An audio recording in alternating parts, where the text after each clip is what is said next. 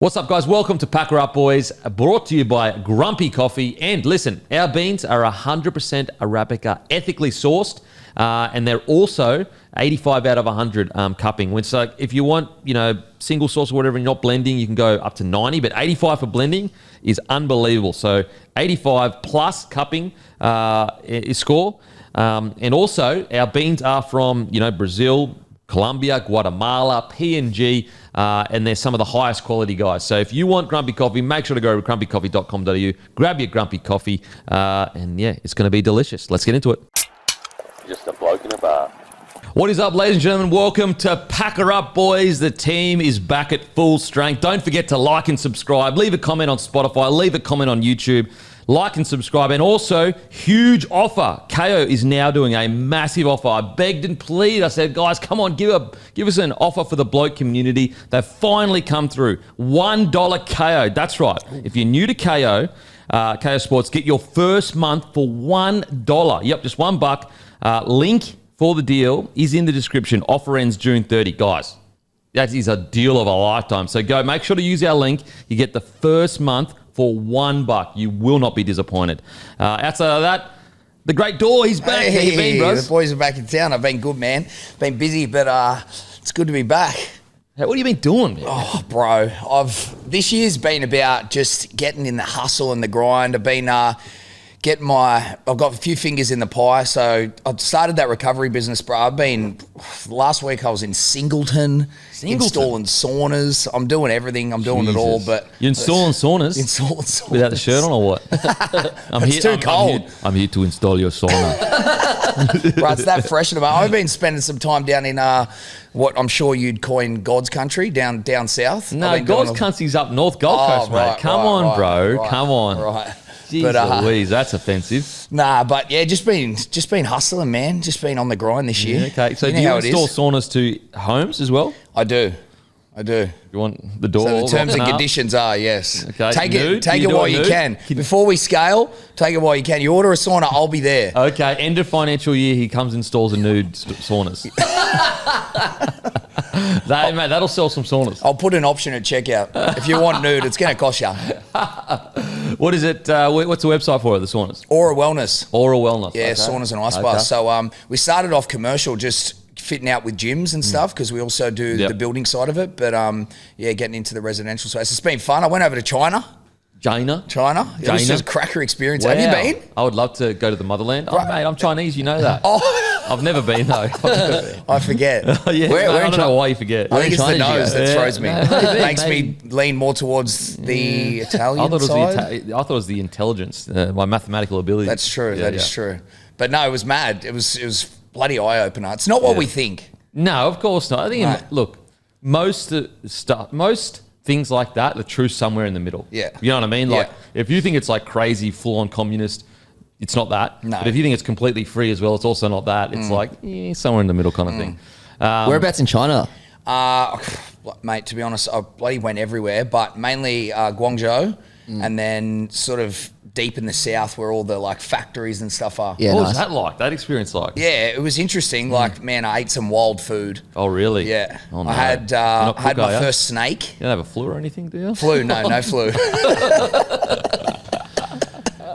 No flu. I got lucky there. But I ate some, considering, as you boys know, what I eat on the daily, I just sort of let the hair down and surrendered to it all. Okay. But, one thing I will say, in terms of like customer service and how we treat people, we do okay. But over there, the guest culture is unbelievable. Oh, yeah. Mate, it's no holds barred. And it's a culture to serve your guest. It is. Whereas here, there's no culture of service. It's like, insane, fucking bro. sort out yourself, mate. It's crazy. What else what was the cities like? What was a vibrant... Mate, it was, I'll tell you what it was, very efficient. I don't know how many people there would be in this city, millions, 10x the population we have, but there's no traffic. There's the trains are bullet trains. Okay. Everyone's on time. Everything's efficient. But again, back to culture, it's a working culture. Yeah. These guys get up, they go to work, they come home, in terms of like structure and efficiency. But I was blown away. I'm sure there is a level still of poverty, in any country. But that side of things is not what we think or what we probably get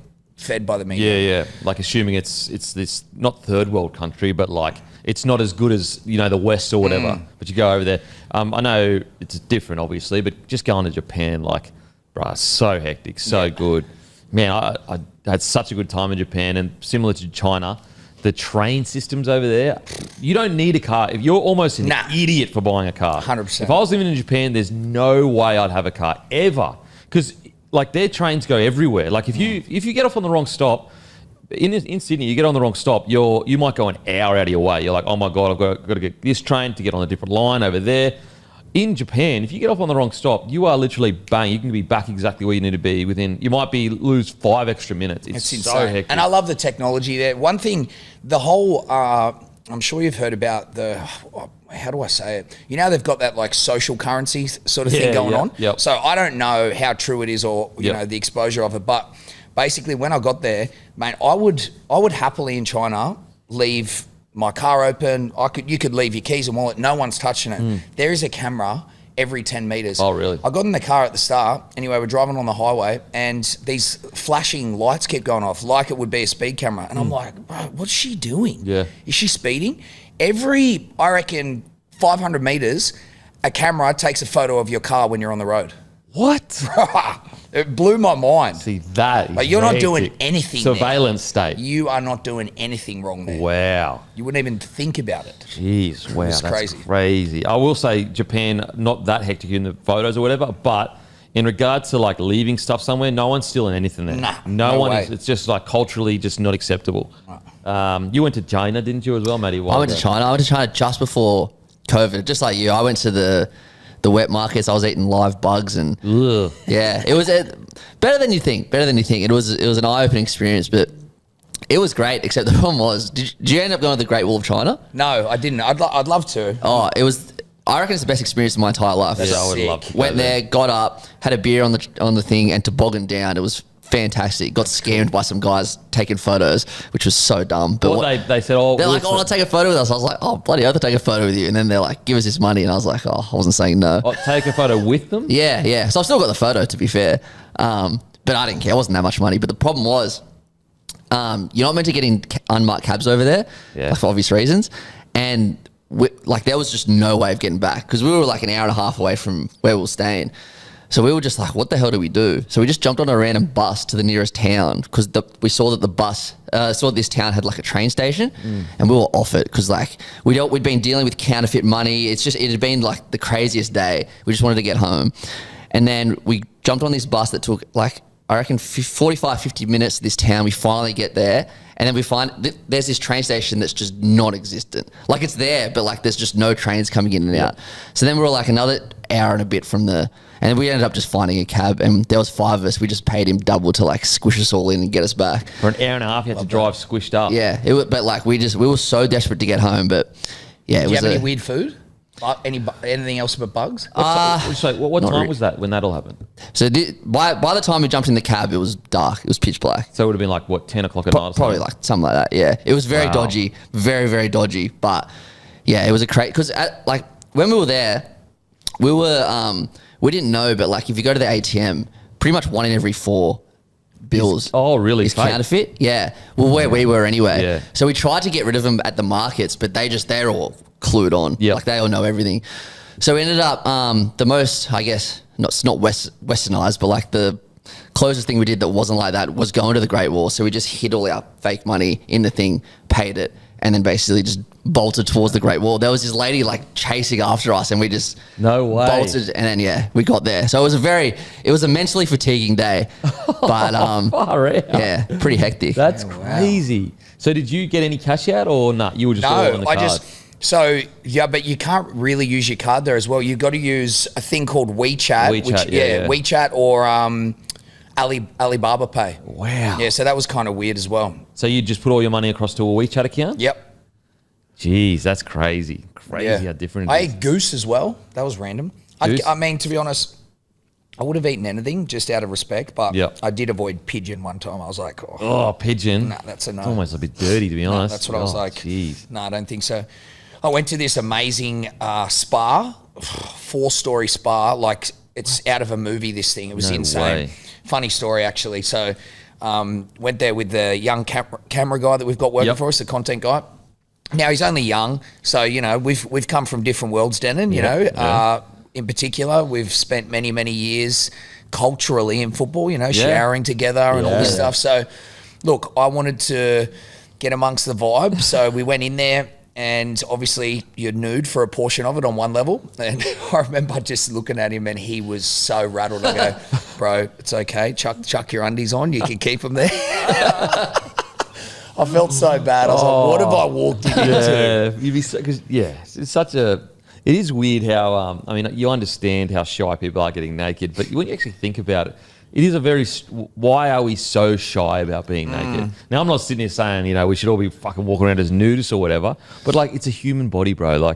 Everyone's just, you know what I mean? It's not ocean, so that's crazy. I went to the Blue Lagoon in Iceland, all the photos, but there they have a policy. You have to go in, it's like males, females split, and then you have to shower completely nude with, everyone around. I was so rattled because I hadn't experienced anything like that before. Yeah. It shook me a little bit, and I was probably 19 at the time. A bit weird that it's a policy. I don't understand the difference. Yeah. Is it to stop people from going fully clothed, I guess, or to experience the cultural side of it? I don't know. Anyway, here's what it is. Alrighty, guys. Don't forget the Bloke blue and maroon jumpers are still available, and we've also got some. We've got about 20 hats left, about 50 Blues hats left, and about 15 jumpers left. So barely any jumpers left. They're nearly all gone. And I just want to give a massive thank you. I've been sent a card. Jacob Howlett has sent a gift to the studio. It's been graded by the ARO Grading, who is Australia's premier card grading company. A massive, massive thank you. That is awesome. Wow. I'll be able to show that to my son and be like, I used to be a big deal. I used to be a big deal. Not that big of a deal, to be honest. I was a winger, but still. He reckoned apparently it was pretty hard to track down. This one? The card, yeah. Rare, mate, rare. At the Warriors. Didn't really work out. What do we got on the back here? 180 centimetres? 181. Come on, man. 87 kilos, probably closer to 82, 85. His season has, plenty of pace, and he's also a quality goal kicker. Well, I didn't work out. Okay. Yeah, well, you would have been all right. Yeah, I got rattled towards the end of my time as a goal kicker because I had too many people telling me, no, kick like this, no, kick like this. I had the kicking coach, then I had the assistant coach, and then I had the head coach, all telling me different things. Oh, wow. Just got to the point where I was like, bro, I don't know what's going on. Okay. Mate, I'd love to get your thoughts. What are your thoughts on Origin 1 and 2? Well, 1, I think, obviously, being a Blues fan, was sensational to watch. I just thought it was very, very dominant. And to be fair, I did think it started like that in Game 2 before the run of penalties and the mistakes and errors. But my real take on that first 30 minutes of the first game was how dominant we were in terms of every run. I felt like we found our front. We were semi-breaking the line. And I just felt like we exposed Queensland in the fact that we had all the field position. I felt like our defence and our line speed was dominant. The only thing I would say about the first game, and people are saying that we could have probably won by a lot more, I thought when we shifted the ball, everyone was saying it was tactical for that first 35 minutes. When we shifted the ball, we exposed them even further. And looking back, could we have done that earlier, or was it game plan and strategy to just run through the middle and try and eat up field position? In Game 2, it was a game of two halves, obviously. Penalty count, that 7-0 run didn't really give them an opportunity. So you feel like you love a conspiracy too. I predicted it. Really? I said Queensland will get the first 4 to 6 penalties. We even have do you still have the audio? Yeah. You can get the audio up. Really? So, yeah, because, bro, it's Game 2. Come on. Game 3. Think how much money you reckon they lose when the Game 3 is not a decider? 50 mil? A lot. Like maybe 25 mil profit. All right, see if we can hear this. I'll play it through the speakers. To be a market for, I reckon Queensland will get the first 4 to 6 penalties. Wow. What, to square up for Game 1? Or Just it always happens when whoever lose, it just happens. Let's put it this way: go back and watch Game 2 last year. New South Wales literally got the first 7 penalties or something like that, and it was like 20-0 by the end of it. And it was like, all right, game over. I'd be shocked if Queensland don't get the first few penalties. I don't really lean into that sort of Guru. The great Root. I'm leaning right in. Mate, you see, you love a conspiracy, and it's so obvious. Come on, bro. It is a mirror image of Game 2 last year, just except on the other side. That's what I do get a little bit. When I see all these New South Wales fans blowing up about the penalties, I'm like, bro, where was this blow up last year? Come on. At least be consistent with it. So, yeah, look, I don't like it, but it is the way it is. It really is the way and it I is. look at game 2. I know Luai had his hand in a few tries, but I think he started. I was bit erratic. What is going on? He To be fair, started that try assist, I kind of think it was a bit of a miss kick, and then there was just balls going everywhere.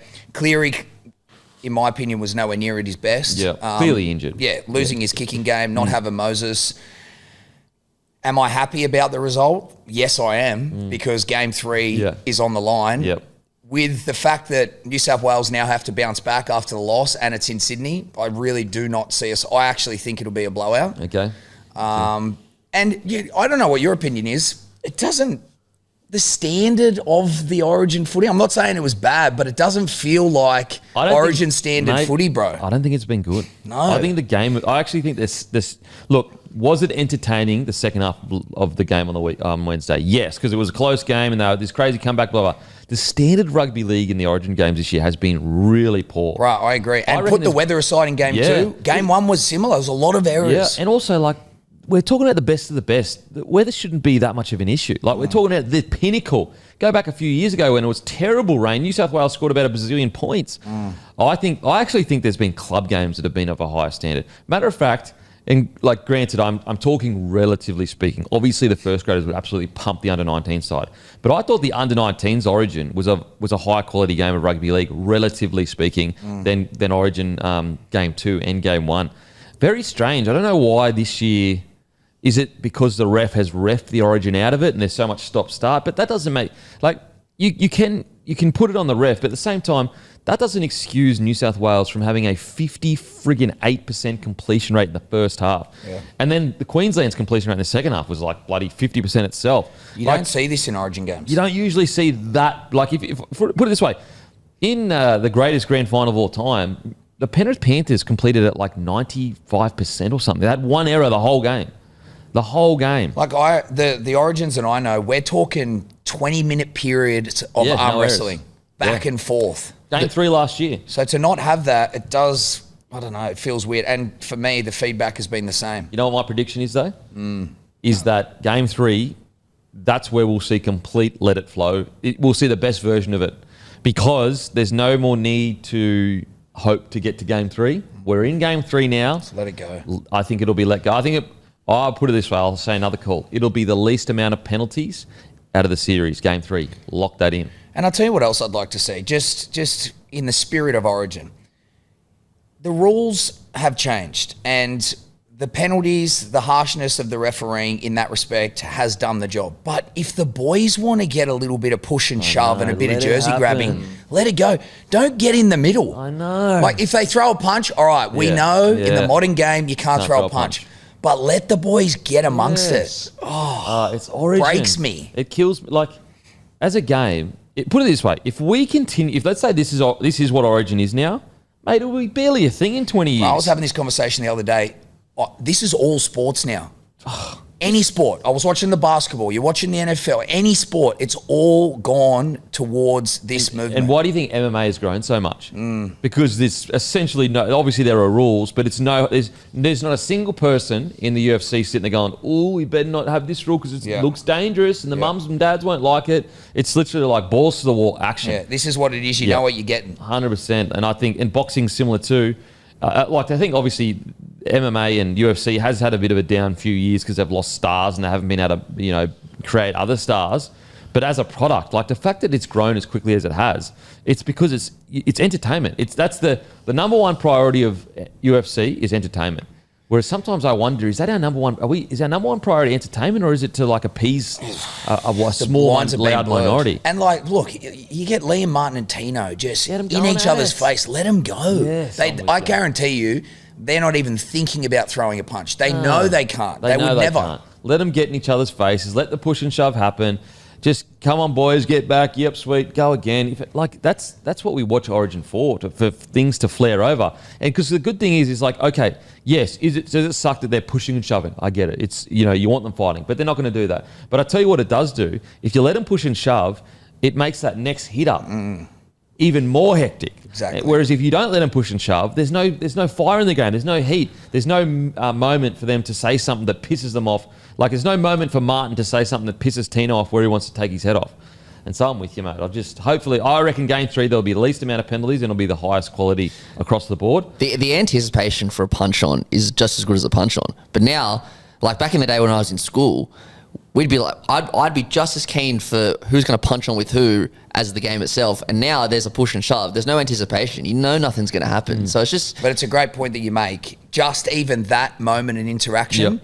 You know... Lifts the tension. Yes. Yeah. And you know that then for that next 5-minute period, those two players are hunting each other out. Yeah. That's what that gives you. That's what that gives you. Yes, okay, is no one going to throw a punch. I still don't mind seeing them push and shove. Because there is this tiny percent that everyone goes, just imagine. What if? Yeah. There's still, even though we kind of know nothing's going to happen, there is always that moment of what if someone just has a brain explosion? But it leads to the next time whoever gets the penalty, whoever's hitting it up next, the other person's trying to take their head off, which is that's what we want in Origin. Anyway, interesting. Okay, alrighty, we get to the 50 errors combined. Oh, the worst, equal worst in the modern era. Yeah, So game bad. 2. Yeah. So bad. Don't forget, give us a follow, guys, on Sportsbet feed. You can copy my bets. Got a bunch of multis. Got a multi for every single game. Currently up there. You can go there and you can copy my bets. Okay. Big news. If Cleary's not fit, who comes in for game 3? Luai at this point is all good, escaping with a fine. If Cleary is not fit, who are you selecting for game 3? I personally think it's got to be Katoa. Oh, yeah, I'd love that. Oh, imagine the yarn. I was watching the game thinking to be honest, I would have loved to have seen him in that game. Mate. I know it would have been hard, but I'd love to. He's playing so well. I just think Katoa, take away his age. Everyone goes, but he's so young, it's a decider. Let's just take away his age. If he was just playing the way he was playing and he was 25 or he was 30 or whatever, he'd get selected. The only thing that's stopping people from selecting him is because he's 21 years old. He has been the best 7 this year, in my opinion. And I think that his form warrants selection if Cleary isn't there. And I'm sorry, this is set up on a platter for him. Game 3 in Sydney, bounce back for the Blues. Look who's inside Takes and his outside mentor of him. spot. Bro. I know there are other names out there, but I personally think that Katoa, you take out his age, he's been the best informed 7 this year, and I I would think I'd love be selecting. to see it. Now, Matty, I know you've got a different opinion. Trust me, I'd love to see Katoa. I'm a little more nervous because I don't think he's played enough big games. I know he played it for Tonga last year. One of those games, he was outstanding. One of those games, he was pretty bad.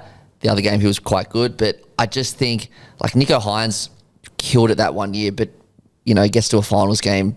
We don't know with Katoa. He hasn't played a finals game yet. It just makes me nervous throwing him into a decider. That's why I just reckon we've got enough. Just get Reynolds in there, kick him around the park, and then we got enough, weapons to do the rest. It makes me a little bit I wouldn't be nervous. unhappy about it. Yeah, I can understand Renault for sure. It's a safe option. I guess with Renault, he would get targeted with spots running at him all day in Origin at this age. I just think the Katoa's quite a big body, and big bodies usually go a bit better in Origin. But I definitely wouldn't have anything against Renault getting a shot. No. His kicking game is the best in the competition right now, form-wise, if you actually look at the stats for deep kicks in the pocket and repeat sets. So we won't get Moses back? No. Sorry? No, I don't think so. Well, that's Round 21. That's a spanner. Yeah. The Blues have a history of throwing 7s in too early, and I know Katoa is probably going to be different, but Mitchell Pearce was there too early, Jared Mullen was there too early, Nico Hines was there too early. It just makes me a little nervous throwing him in there. I don't know about Hines there too early. He's 27 or when he made his debut. I wouldn't say that was Sorry, too not early. so much the age, just more that at that point, and to be honest, still he hadn't really dominated a big game. See, I just reckon that's. I don't think that's gonna. I don't think it has anything to do with experience. I think that's more just a thing that he has to conquer in big games. Yeah, I agree. My only concern is that we've eradicated our kicking game if we don't find a replacement. Cleary and Moses gone. Do we then actually need to favour and But Katoa's prioritise kicking game's gone, though. Katoa's kicking game is gone. I just think, as I said, if you just took away his age and you just looked at who is the best 7 in the competition right now form-wise, it's Katoa. It's Katoa. I would be going Katoa. I will but say, if they pick Katoa, it's probably the most excited I'll be for an Origin in a long it'd be time. incredible. Oh. Imagine that moment, seeing him. So I guess we'll see. Now, last night, the under-19 males, under-19 Queensland men won, under-19 women's New South Wales won. I tell you what, as a Broncos fan, seeing Kobe Black out there, geez, that's got to excite you. You know, I'm reluctant to get too hyped about him because I don't want all this pressure put on him and, you know, all these headlines, and you kind of get a little bit ahead of yourself. But at the same time, if you're going to be a professional athlete and you're in a top first grade squad and you're in the under-19s Queensland side, if you can't handle that initial pat on the back, mate, you're never going to handle it. So I'm just going to say exactly how I feel. And I think from a Broncos perspective, it is incredibly exciting to have a junior coming through the ranks that's been with the club since a young fella, to go out and see him dominate and be a key reason why Queensland, for the first time in 5 years, I think it is, won this version of under-19s game. He was outstanding, Kobe Black. Well, I just love that, the opportunity for that next generation. I think, was it confirmed Toyota Cup coming back? Oh, I'll have a look. confirmed? Something like One that. thing I felt the other day, Different Kempy, I don't know how you feel about this. You're obviously very in tune with everything that's going on, but I do feel like the current situation with first grade, like, we used to know who the next generation is. And I felt like every year there was X amount of debutants in every team. Now I feel like people debuting is a dime a dozen. It never really happens. I don't know if it's because they currently kind of get to reserve grade and get lost in the abyss a little bit, but that next generation of who's coming in, who's going to debut. Right now it feels like the current first grade roster, not across the board, but generally, is like players that we know and players that we've seen. But especially in those key positions, say the spine, the next generation, like, who are the next players? Where are the guys that are pushing and going to debut? I thought this was the best under-19s Origin I've seen. Undoubtedly. Easily. It was great. I think that we're witnessing the next great generation. Like, the amount of good players in this team, in this game between New South Wales and Queensland, was phenomenal. I mean, across from Kobe Black, you got Mitch Woods. I think in 5 years, this lineup might be one of those things where we look back and see that Woods is the halfback and captain of the Blues, Black's the captain halfback of Queensland. Yeah. It's one of those like old school lineups that are now playing in the NRL. Yeah. Like we used to, because you know those photos of the schoolboys of the old Origin teams. All of a sudden, boom! They're your first graders. Yeah. No, I think we're witnessing the next great generation. I think that the standard of player in this current crop compared to ones I've seen in previous year was substantially better. How long do you reckon till we see, say, the majority of those transition to regular first graders? Yeah, 27, nice. I'd say, 27, 28. Because I thought the standard of footy was absolutely phenomenal last night. It was just a really good game. You've got guys in key positions that look, you know, almost the ready-made package for first grade. Obviously, maybe a little bit longer to add a few things to their game. But like little things like Kobe Black as a 19-year-old or 18-year-old or whatever, before halftime, guides his team around the park, gets them to a certain point to take a field goal to get them 1 point ahead. That 1 point ends up winning them the match. Like, that is an out-and-out seven controlling a team. Usually, you can get good sevens coming through the grades, but when they get to these big games, they kind of lose their heads a little bit. They get a bit frantic. Whereas this wasn't the case with Woods, but also with, and I think, did they both go off with a HIA? They both didn't finish the game. So it's exciting. The fact that we've got guys in key positions playing well like this. But there's other guys like Bai's son. He was outstanding. Like, some of the forwards were really good. How explosive and mobile these big fellas are coming through the grades now as youngsters. Like, back in the day, if you were a front rower, you were just a plotter that was really tough. Like, That's another great point. Like, we're about to see what this new generation of footy player looks like. Because I still think it's definitely been a pretty heavy transition. But, for example, the forwards, the props, gone are the days where the guys that we played with, they're not playing first grade now. They're not part of the modern era. So it's very cool to see what this next generation of players will be like that have had to adapt to the new game. Yep.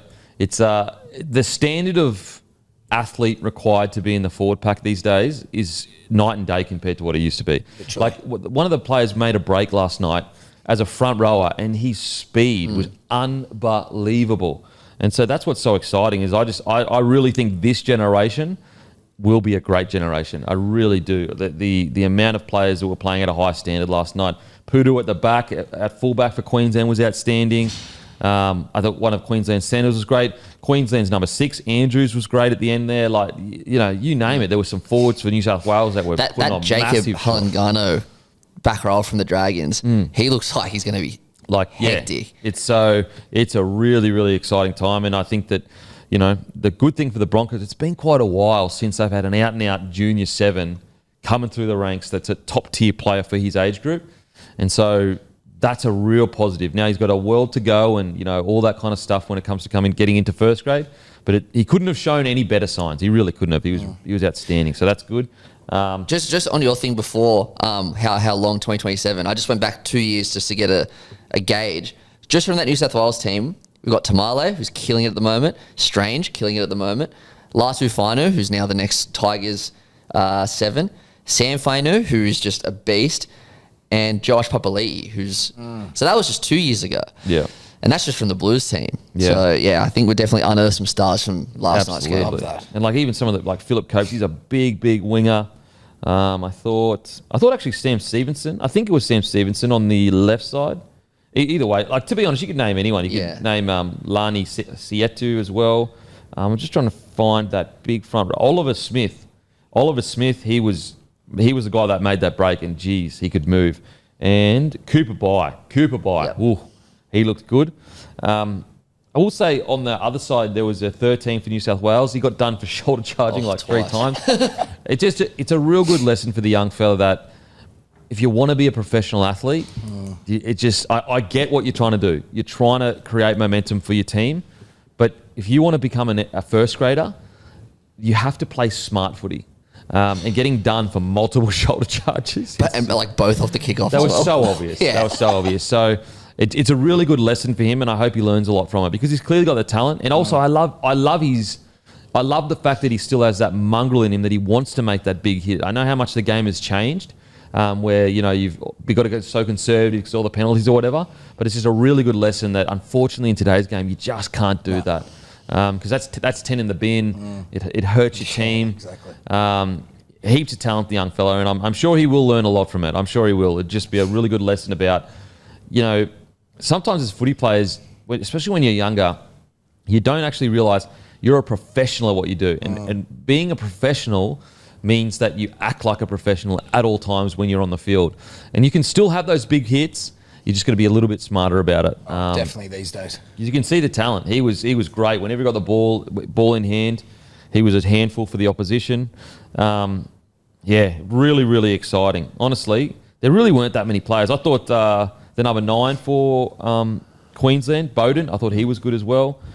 Honestly, you name it, there was most players on that field played well. I tell you what, it was an enjoyable game to watch, Yeah, especially because under absolutely. 19s in Origin, they're just so full of testosterone. They just go so hard in the first 10 minutes.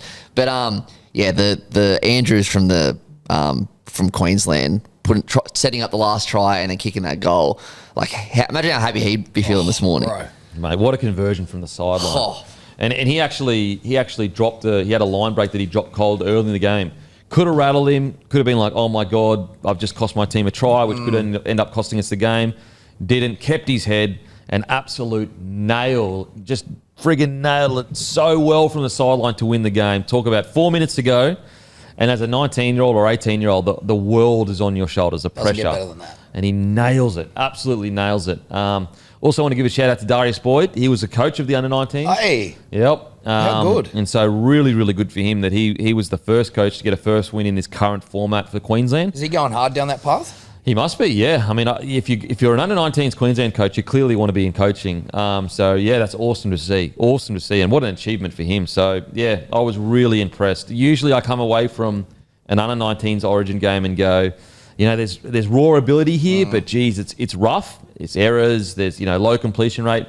It's the first time I've walked away going, that was impressive, super impressive with the talent we've got coming through at the moment. So that's exciting for the game. So good. Because if this is the talent that we're going to have to expect year on year, the level of footy over the next few years is just going to go up and up and up, hopefully. Outside of that, I'm just trying to think. Don't forget, guys, codesports.com.au/bloke. Enter code bloke and you'll get access to a special discounted annual subscription, $49 for the entire year. Works out to be like $4 a month, which is what, like essentially like $1 a week to get the best articles in rugby league, pure sport, nothing else. Okay, on to the next one. Broncos triple signing. Adam Reynolds, Moser, Stags. Reynolds 26, Moser 27, Stags 28. I guess like it all really matters on how much, especially with probably the Stags contract. But it is a really good sign that, you know, there was a big arguments about, has Madge lost the playing group and they're not suiting him and all that kind of stuff. The fact that he's signed 3 big names, or, you know, Moser will eventually be a big name, suggests that they can't be that off him. You know, look at all these other clubs where their retention is terrible. They're losing key players left, right and centre. I think it's a really big win for the club that they've managed to keep all 3. Like even Adam Reynolds, he's knocked back probably, what do you reckon he'll lose, $1 million? That he could have got he could have got a 2 or 3 year deal from the Tigers, probably a 2-year deal, $750K a year each year.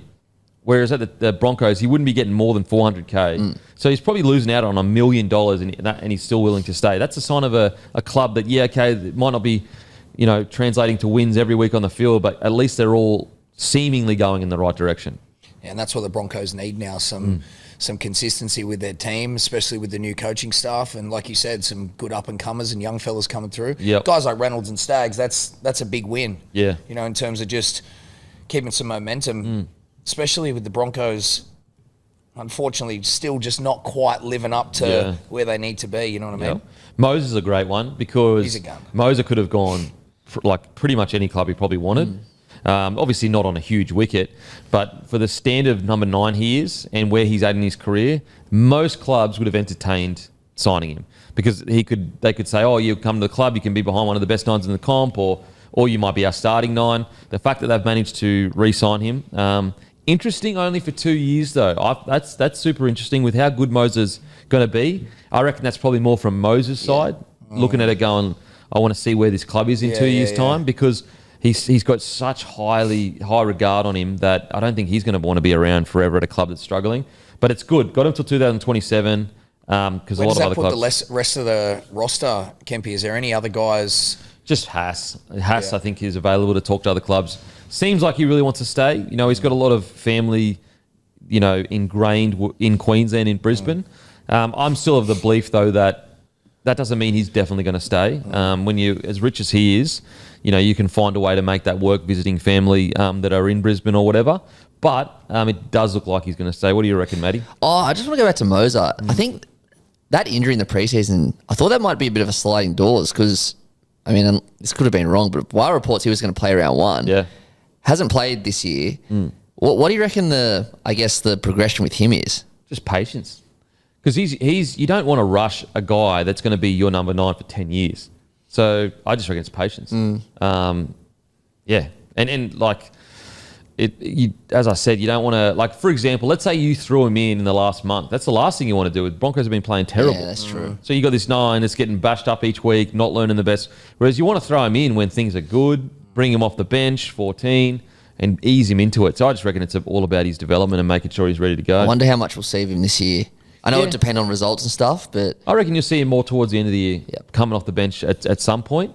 I will say the problem is they've got a pretty good rotation with Walters, Pakes, but I do think by the end of the year you'll start seeing him get more games, and then I'd be shocked if he's not starting next year. I think he'll be definitely starting next year. I'd be shocked. Yeah. But it's a good signing. And it's interesting as well, like Ben Hunt, he's on his way back. Obviously, Mam's in the 6 now, so I'm very interested in the Broncos in the next 4 to 6 weeks just to see how they go. It could be a disaster or it literally could be a premiership push. That's how quickly it could turn around for them. You just don't know. You just don't know. I feel like there'll be a push. Hopefully. Guys, don't forget to grab your good day or your daylights from begoodhealth.com.au. Use code DMP for 10% off. If you pair that with a subscription, you will get 20% off. You'll get 20% off. Also, don't forget, this is brought to you by August One, a data-driven social media and marketing. August One cuts through the noise with quiet ease, providing relaxed confidence and of a high-level expertise and experience. They're a bespoke service run by smart people who love data and deliver real results, and their founder is the former head of digital for Woolworths, the best in the business. So if you need any marketing or social media stuff, go to August One. Okay, boys, time for algo check. Algo check. What's the algo looking like, mate? Well, I have committed to 100 carousel posts in 100 days. That was going to be my algorithm check. Yeah, Talk us Now, through that. so I guess someone did it. Someone close to me did it. Actually, Timmy Hanley, the owner of Frontrunner. So I was inspired, and I've been on this journey to try and create more content. And I was just like, oh, carousels would be cool, storytelling. Didn't quite think about it in detail, knowing that carousels take a lot more work. I am now a god of Canva, I will say that. But yeah, that's been me, just committed to that journey day in, day out. I do love the accountability. Yeah, it's going good, and it's cool. Like, it makes you think, and you start to think about different stories and things. So I do like it. It's just probably a little bit more work than I envisioned. It's not just slapping a quick reel together. No, it's you tough. know, and bro, I don't want to just throw something up there for the sake of it and be shit. So it's just that little bit more time and effort. Shirtless selfies. That you want to talk about data, like That gets it going. Engagement. Start with the flex. It doesn't matter what's going on in the next 15 seconds. You can always just go down with that. I will say I've been thinking about starting to do content on my personal page. Thinking about it. Like stuff outside of footy. I don't know though. Maybe I'm being a Derek if I do. I just feel like I needed the hack and accountability to force, because if I come out and say I'm going to do something, I know I'll do it. Yeah. But you've been doing stuff on your personal page forever. Yeah. So whereas I literally, it's pictures of my baby and that's it. And one thing I have learned though, like there is a game to be played, regardless of what you think or whether the content's good. There's a structure and a game to be played. Our attention span is at an all-time low. Yep. You got 2 seconds. If I'm not into it or I'm not engaged, I don't give a shit how good it was. So I guess I'm just trying to, if at the end of 100 days, I've got all this data to say, you thought this was good, but this is what people like and want to see, and you sharpen your skills and you got a little bit better at content. Because as you know, brother, the content game is a blueprint for any brand, any business. Yep. You just got to be in it. So I think you'll be surprised at how much, because like when you post a lot, you get more followers, you get more engagement. Whenever I leave my personal page for like months and don't post, Instagram shits on you. Yeah, you're just gone. You're gone. So I'm thinking about actually cultivating my personal page and doing stuff outside of footy and sport, and just like posting about stuff that I enjoy. But I don't know, people probably don't give a shit about that, to be honest. I just, if I find something funny, I'll just post it. I've got no rhyme or reason with my Instagram at the moment. Like for example, I did in that movie, the movie White Chicks with Terry Crews with the whistle. I screen recorded it at halftime and just wrote Ashley Klein blowing penalties for Queensland. And then I looked at it. I didn't even look at it because we were watching the game. I looked the next day, it had like 70 comments. I was like, I'm not reading that. 70 filthy Queenslanders. I just post whatever I find funny. Mate, Origin is a different beast. Oh, yeah. What's the algo looking like though, boys? What's the algo? My algorithm is annihilated with Andor, the TV series. Oh, okay. Reviews, Tell us. It's like, mate, it's unbelievable TV series. And it's like reviews and video essays about the series, breaking the series down. It is just, honestly, filled with Andor stuff. Like, best moments, speeches, as I said, video essays that like break down each episode. It's the best, Andor. Really? Mate, it's the best. And also mixer in a little bit with Pusha T. He has dissed Travis Scott. And so that's a bit of a mix in there with that. Wow. Yeah. What about you? What's your algo looking like? To be honest, I think my algo is just me. Just pictures of you. It definitely feels that way.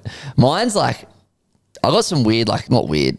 No, say it. Some like We want travel. weird. No, not weird. It's just things I normally wouldn't look at. Just I'm getting a lot of like Michelin star restaurant recommendations at the moment. Oh, wow. Like around the world.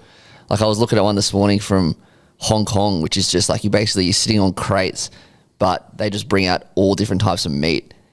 I don't know. I don't even know the name of it. I just watched it this morning, but I'm getting Are you a big like saver? So you see something, you save it. I need to do that, but I don't. What I do is I'll click in it on YouTube. I press it, so it goes into my history, and then I'll just go back through my history at the end of the day and be like, oh yeah, shit, that one. What about on Instagram? Nah, not really. The other day, I had to just check myself. My saved library is off its head. Really? But the thing is, you save it with good intentions. I never go back. Yeah. Yeah, And bro, true. I've got 70 categories of just mad shit. It's ridiculous. One thing I was going to start a little. You know how people do, like, they eat desserts and they kind of say what it is? I was going to do like a meat version. I got this Sydney food bucket list save folder, and it's got some epic shit. Mate, there's some good stuff out there. Yeah, right. They've got meat buffets for like $130, but not like Brazilian. Go in, have as many steaks as you want. So I'm thinking about doing that. There is some stuff in Sydney that you just, it's a whole other world you just don't know about. The people that, it's obviously their full-time job, they're getting paid and they're getting amazing engagement. The people that just go around and eat food, I'm very envious of. Yeah, I got that just for like hidden bars and stuff around Sydney that I've just never even known, and I've lived here my whole life. I like all that stuff. Like other stuff? Oh, okay. Yeah. Okay.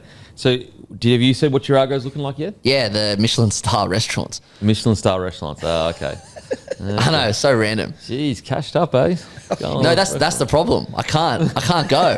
It's an aspiration. Yeah, fantasy. It's the dream. Have you been watching any TV lately or not? Have you watched the Bin Laden one? Oh, No. I'm halfway through. Is it good? It's hectic. I want to, though. Bro, Really? you know what the crazy conspiracy about that is? What? You'll love this. Yes, I will. So I was watching some Special Forces because my algo for the last month has been Special Forces, but now it's changed to Andor. So Special Forces, we're on a podcast, not Special Forces, one dude from SAS or fucking Special Forces or Navy SEALs or Dev Crew or whatever. Older guy? Bald guy? Yes. Yeah. He's great. I love listening to him, and he doesn't give a shit. Yeah, he does not care. So he was telling how one time apparently they were tasked with taking down the Taliban or something like that, and they were in the middle of a battle, and they had gotten told guns down or something like that, or arms down, which means obviously stop firing. Then apparently 2 helicopters flew by that he had no idea who they were with, where they were. And if you're Special Forces or Dev Crew or whatever is happening on a battlefield, you know about it because you're the big dogs. And he believes that they always knew where Osama bin Laden was, but they kept him for an election year to get him so that Obama could use as a part of his re-election campaign. I'm going to say it right now, 100% believe it. Bro, that's crazy. And they're like, I've had other mates say that he's got this Afghanistani mate that reckons all the locals knew where Obama was the whole time anyway. I agree. Craziness. I mean, the timing of some of these things that go on, how they line up with certain political... And the way they think, there is no disaster that politicians won't use to their advantage. Like, No, think about what's on the line. there's no disaster. Politicians thrive on disasters. Not only do they thrive on disasters, they create a problem that doesn't exist and then sell you the solution. That's how it all works. But anyway, I've seen a change in you. Hey? No, there's no change. I've always felt that way, mate. I'm enjoying it. Hey, just because I don't think that there's fucking electricity. You don't believe outside in of pyramid. dragons and electric pyramids. Doesn't mean I'm not a bit clued Has there onto the been way. any just sneaky content coming in about the pyramid journey lately? No, mate. All got disproven, to be honest. It all got disproven. I don't think it did. It's not my algorithm. But the Bin Laden one, what's so great about it is you go into the documentary thinking, oh yeah, this is going to be like an hour documentary about how they just got Bin Laden in that year and how great, and that would be good enough. But it's not. They tell this crazy story of how they've been chasing Bin Laden for like a decade. They knew about him before everything had happened. Well, I'm pretty sure that same guy, it wasn't Bin Laden, but it was another leader. It might have been his successor, but the same journey where he comes in, the stories about how they find people. Mental. Oh my God. I was there, there's other special forces. And then they're ones. in their house. Yeah. And have you seen the movie Warfare? Bro, if you want to watch how they move, because that's also about special forces. I don't know if it's a SEAL team. Could be. There's SEAL team, Dev Crew. Not doco movie. It's a movie, but yeah. it's almost like, so it's made by a dude that used to be in the special forces. Wow. And so everything is unique. There's not outside of one song at the start, there's not a single use of any music throughout the whole movie. Cool. Because it's all just it's hectic. But yeah, the Bin Laden one, it's just all the little things they use, like spoiler alert. So if you want to watch it, please stop listening. But the way they found him is they were just using a drone, and they were like, "Oh, that guy's pretty tall, and he kind of walks a bit like Osama bin Laden." And they're like, Crazy, just from a drone, because he just went out and he used to pace his yard like every morning or some shit. And they just were like, you know what, that kind of looks like it. Even before they went in there were some people that were like, don't do it because it might not be him. So there were some people in Obama's team that were like, I don't think we should go in because we don't know whether it's him. They had to fly over an hour of Pakistan airspace, who obviously Pakistan are not an ally, and they shoot you down, like in stealth, just to get to his house. Just craziness. What about the journo that did the interview with him and there was no translation? He just had to ask the questions and he didn't know what answers he was getting. Like imagine how intimidated you'd be being an American journalist, Mate. interviewing Bin Laden just so he can get his message out. I thought that wigged me out. And what's crazy is the journo thought he was going over there to do like a real good piece, but he didn't realise he was used as propaganda. Yeah. Like it was all set up so that Bin Laden could get out his message to more people. Just crazy, bro. Just absolutely. And these guys insane. that we're talking about, SEAL team, special forces, like in our world, realistically, the athletes are the warriors of the kind of people that we know. But these guys, I don't think we truly understand. Their mental toughness is like It's- truly next It's level. not even fathomable. It's that they're outside of torture, like actual torture, you literally can't break them. Whereas like you can break. I've seen some of the greatest players we've ever seen in NRL. I've heard of stories where they've like cried at fitness. Like you're not doing that to a SEAL Team 6, Dev Crew, SAS fucking bloke. So yeah, a lot of Sean Ryan podcasts I've been listening to. Yeah, he's Sean good, Ryan, eh? He's pretty good. He's Yeah. pretty good. But yeah, that Bin Laden doco, so hectic. All right, I'm on it. So the helicopters they used to get into Pakistan were these, they'd never been flown before. Never been What? flown before. And so the SEAL Team 6 or whoever, I think it was SEAL Team 6 that got Bin Laden, they were walking up to the helicopters and they were like, what are these? Like we've never seen these before. And they were kitted out with these like you couldn't be traced or something like that. It was so hectic that after they got out, so they'd done there was about a 20-minute period where everything happened. A helicopter crashed in the yard, everything. As they're leaving in the helicopter, they're getting chased by Pakistan fucking aeroplanes. Shut up. Mental, bro. Absolutely mental. Yeah, so that's a great thing to watch. What else am I watching? I finished Rogue One. So Andor is a prequel to the Star Wars movie Rogue One. So it's just incredible, bro. Absolutely incredible. Alrighty, let's get into some tips, boys. West Tigers v Canberra. The mighty grey machine. I'm with you. Yeah, Canberra. Yeah, I think it's going to be a shellacking, Big to be one. honest. Yeah, me too. I'm a bit worried about the Tigers because they're only one win off the bottom of the table. And if they get another spoon, there's no way Benji can go around again, surely. The thought of them getting a spoon hasn't entered my head until right now. That's what I mean. That's what I'm scared about. Like, they've improved so much. There's no denying that. No denying that. But they're literally one win off the bottom of the table. Yeah. I tell you what's crazy. They are one win off the bottom of the table. They're also one win out of the 8. Exactly. But that's so what's ridiculous, But but I that's love what's it. scary about it. It is, because yeah. they are within striking distance of going on a run and getting in the 8 or going on a run and being on the bottom of the It table. was only this week where like South's in 14th now. I had to look at the ladder and I start like South's have had a pretty good year, I've thought. Yeah. And then now I'm looking at us. We're one win off last as well. I'm Yeah. just thinking, oh shit. It's a strange year. There is like at least 5 teams that could have the worst year of their career, of their whole friggin' history, or could make the 8. Have we ever seen a year like this? I can't remember. I personally can't remember No. a year like this in my lifetime. Bro, I literally can't. I can't remember a time. Look, I remember a time where the top 8 was congested. Yes. Not a time where you could win the spoon, but you could also come 6th. No. I cannot remember that. Like you even look at like, mate, Broncos have had a disaster year. They're 7th. Make that make sense? Doesn't. Like there was literally people saying Madge might not last the Broncos 2 weeks ago. Put it this way, Broncos are 7th. South are in the bottom 4. And they've had the same amount of wins. Yeah, it's actually mental. Like Sharks are still 5th. Like Sharks apparently have had a disaster year. They're 5th. Yeah. Like Such a strange call. it's like what I will say, and I know I'm going to sound like the biggest Storm hater. I'm not. I promise you. You guys know I love the Storm, but like no one's talking about the premiership favourites are 4th. No one's talking about like that's. I'm sure Bellyache's not. What does scare me though is usually the Storm are really fast starters. I wonder, has Bellyache flipped that on its head and we're about to see them go on like after game 3 Origin, we just see them go absolutely mental. I wonder if Penrith have warped our minds. Like the last few years, we just know Penrith are going to win. There's an out-and-out favourite.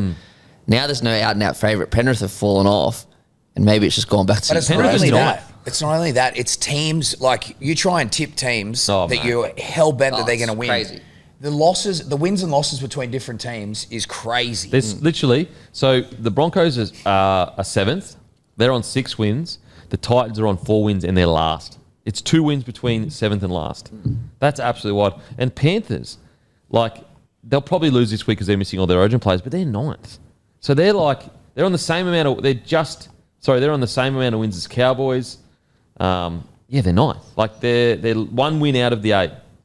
Which is insane because a few weeks ago, they were sitting in last. It is such a bizarre year. It's such a bizarre year. What I will say, though, the top 3, they are really essentially cemented. Like, they're not falling out of the 8. So the top 3, Warriors have 10 wins, Raiders have 11 wins, the Bulldogs have 11 wins, and then Storm and Sharks. No one who would have called that. Yeah, no way. No one. But Storm and Sharks, they're 2 wins below the top 3. So there is a gap between the top 3 and everything else. I know. I hear what you're saying with the Storm, but for me, for what we've seen, a full strength Storm, I will back them all the way, but not full strength for whatever reason. It's just not quite working out the same way it normally would. Yeah. I think a full strength Storm team, though, like, no one would deny that they would still be the favourite. Yeah, I mean, I've still got them at the moment as the team I think is most likely to win the comp, for sure. It's just one piece missing of the puzzle for me at the moment. And I wonder, as I said, whether Bellyache has looked at some past years where they've been so red hot for most of the year. And they get to the end of the year, they get a little bit tired. Yeah. And I wonder whether he's flipped that on his head. That. And we just see, after game 3, we just see the Storm just go fucking boom. Because the concerning thing, and the reason why I speak about Storm so much is if there was ever a year for them to win the premiership, it's this year. Penrith have fallen off. The Bulldogs, yes, they are up the top of the table, but I think most people would agree they might be 1 or 2 players away from being able to win a grand final. Right now, very rarely do you have a season where you are the out-and-out favourite, and on paper, you should be able to blow teams off the park. Like, if Storm play the best that they can play, they could win the grand final 13 plus. I agree. And so that's where I go, the year has been set up for them to win the comp. And so if they don't win the comp, they're going to look back and go, this was the year. You know? It is theirs to lose. And I think an underrated factor is when push comes to shove and we get deep into the finals, if anyone's set up to get through that and manage it, it's the Storm. Yeah. Like those teams that you've mentioned, them getting into the finals would be like, it could be erratic. There'll be players that would be rattled. It's a first time experience. The one thing I will say though is the difference with the Raiders and the Warriors for me, them both at full strength, is they have a clear advantage in the forward pack. At the very least, the Raiders do, in my opinion. And so that's an area where the Warriors or the Raiders could somehow find the game plan to beat. Because, what does the Storm rely on? They rely on quick play the balls. If you control the ruck, you can take Harry Grant out of the game, which is a huge attacking asset. And the Warriors, the Raiders at least have the forward pack to do that. The Warriors at full strength do. It's just a matter of, so it's an interesting one. Don't get me wrong, I want to see the Storm win always, but part of me wants to see just a transition. And it's like, let's go away from a couple of teams always being the one, and let's just see someone just fire up and play the same football, or at least another level of football that they're capable of within their potential in the finals. Yep. Imagine the Warriors just go crazy. The biggest grand final in history, I reckon, would be Warriors versus Bulldogs this year. I reckon it would go down as the biggest grand final in history. Imagine. Bro, it would go down as the biggest grand final in history, I reckon. Those two fan bases and the fact that Bulldogs are back and the Warriors are in a grand final, they'd have a whole country watching them. I'd be happy with that. A Warriors Bulldogs or a Bulldogs Raiders or a Warriors Raiders. That's what I think would be cool. But in regards to, look, if Storm won, I'd be stoked. If Storm win, I reckon Bellyache should step away. Because he's proven, not because I think he can't coach anymore, he clearly can, because then it's just game over. He's done it over multiple generations, won a premiership. Can I refute that? Okay. If he wins it, I reckon he wants to go back-to-back for the first time. Okay. That's so hard. Yeah, maybe with this. But and I don't mean step away from the game at all. He'd probably go into a GM role or whatever, but he's got that premiership then. He's got I think we get fed an illusion that he wants to retire. He doesn't want to retire. So true. That's fair. And look, it definitely isn't about this, but every time Bellyache whispers that he wants to retire, what do you think? Oh, Russ. Come on, man. I remember I watched- it feels like another million every couple of years. It's like you're going to do whatever it takes. And there is a thought that, well, maybe it is his time. Yeah. There's no way what's he going to do? Yeah, It's who he is, bro. Yeah. I remember I was watching the footy show in probably like 2013, and he was like, "Yep, this is definitely my last contract." That was like 12 years ago. Fair enough. But it would be a good way to go out as the best, best. You are coach right ever. though. He wants to do it with his squad. There's absolutely no doubt. Mate, I think there's a part of bellyache that wants to do it without Cam Smith, Cooper Cronk, Yeah, Phil sure. Slater. I Yeah. think to be That's able to the number say, one goal. Be mad to think that's not in his mind. Yeah, I completely got a hot. Not only did I get a whole new spine, they couldn't be more different. What's crazy is that bellyache has taken a whole new team and they couldn't play more differently than the old Storm used to play. Old Storm would win with their defence. This new Storm is the best attack we've nearly ever seen. I think in 2021 they broke the record for most points scored. So that's, super. All right, anyway, we've got a bit sidetracked there. Dolphins v Knights. Dolphins. Dolphins by plenty. Could you imagine if they made a grand final? Oh, wow. They're a smoky. They're the dark horse of the top 8 for sure. South Sydney versus Melbourne. Apparently, Keon's going to play. Wow. Apparently, he did Captain's Run, or not Captain's Run. Apparently, he trained yesterday or this morning. So Captain's Run today. Man, you know what I love about Keon is when you speak to him, it's almost like not that he doesn't want to play, but he's like rat's ass about So it. rat's ass. But then he loves it.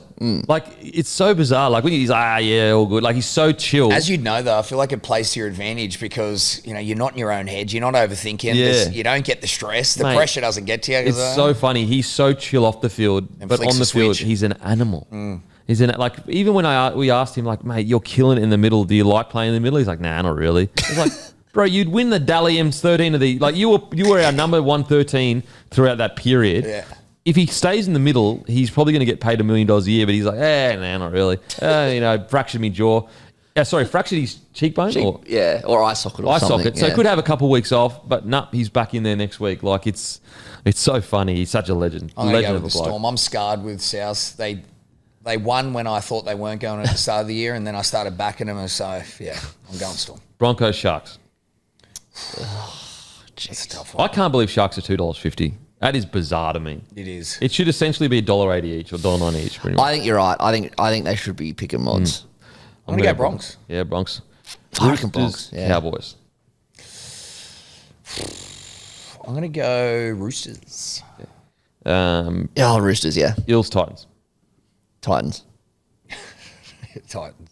Titans. That's a. It's going to be a tough watch.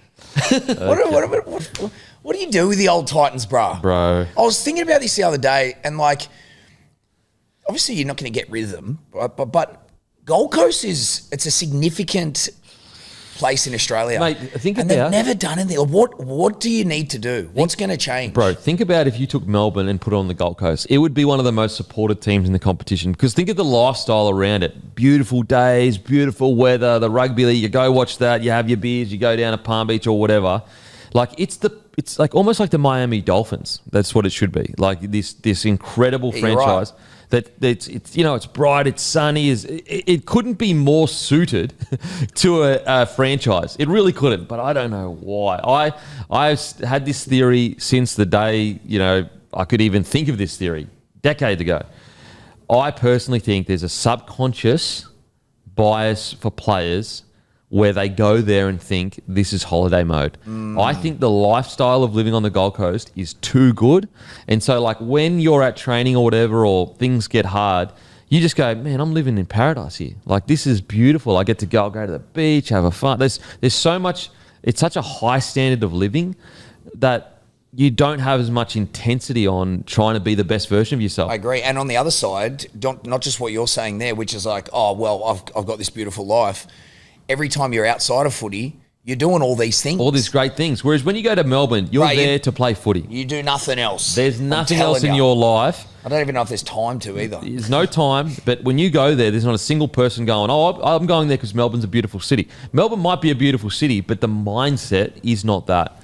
I even think, even though you probably don't have to, even strategically, there are very limited opportunities to just have your own leisurely time. Like if you're not at the club training or playing or traveling, Yep. you're doing something as a team. Yeah. So it's definitely strategically structured like that. But I just look at it and get like, what's going to have to change? It can't just be we need this player and that player. It's like it's wholesale shit. It's wholesale shit. Like, I think as well, they probably need to start staying in a hotel even with their home games just to get the boys together more often than that. Stuff like that. But who knows, bro? It's been so long. Don't forget, guys, that huge dollar offer.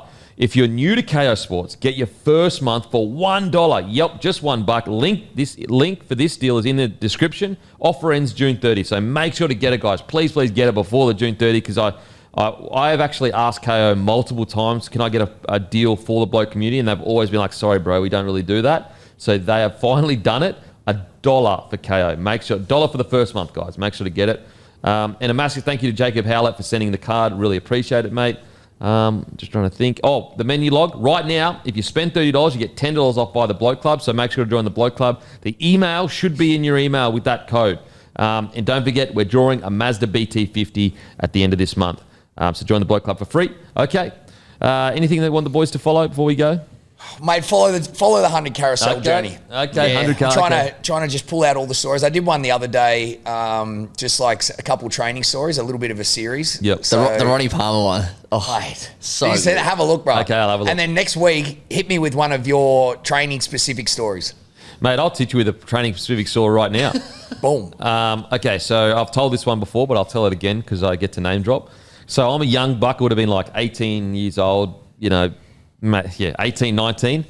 First year with training with the first grade squad. So this is 2005 heading into 2006. So we're talking Broncos premiership squad.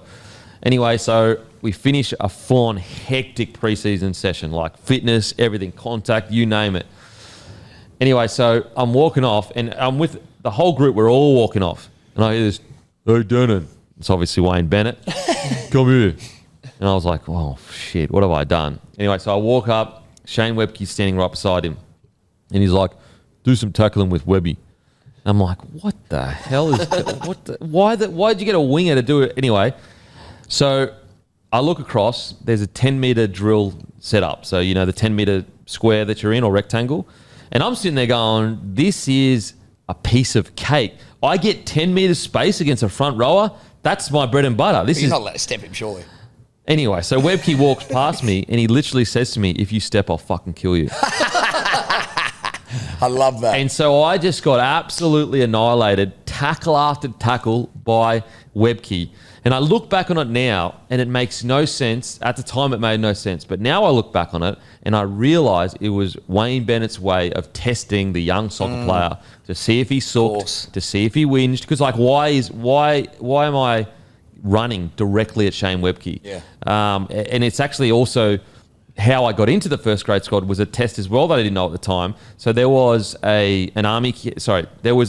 away camp happening with the first grade squad. I was still in the reserve grade squad. I got a call from Ivan Henjak saying, Brett Seymour has got a shoulder reconstruction. We want you to come on a bonding trip with the first grade squad. And so I'm nearly in tears. I was with my girlfriend at the time. Like, I can't believe it. The first grade squad, I'd never met any of them.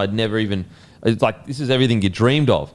Anyway, rock up to the away trip where we're going bonding. Got my singlet, got my board shorts, my thongs, and just so buzzing that I get to meet the Broncos first grade side.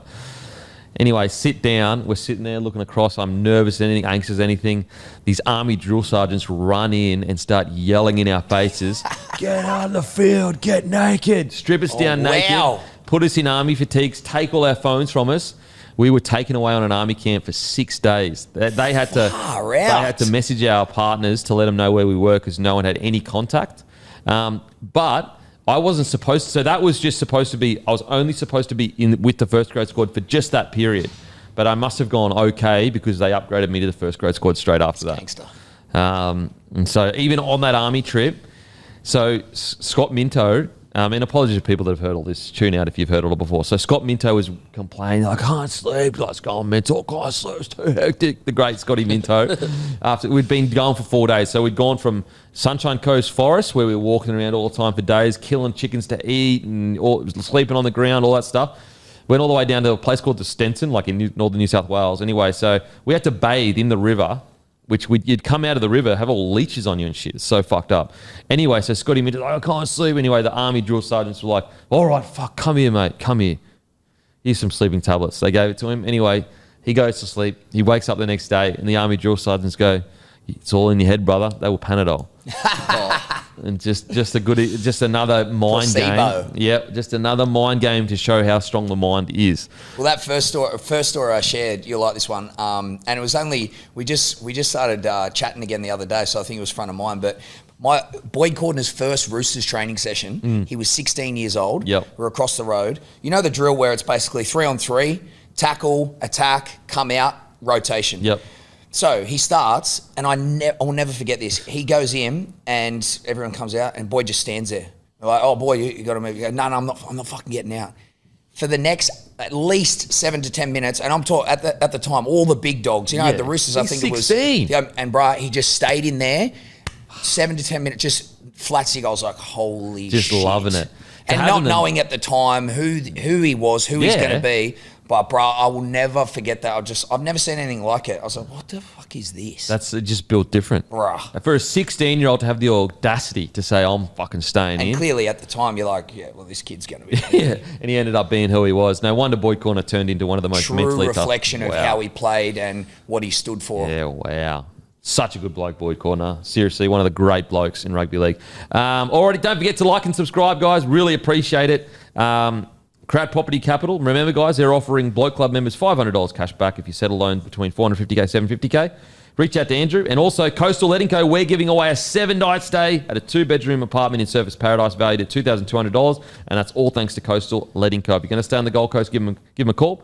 And anyway, thanks for listening, guys. We'll see you next week. As usual, we'll go and fuck ourselves. Let's go. Imagine what you could be buying instead. For free and confidential support, visit gamblinghelponline.org.au.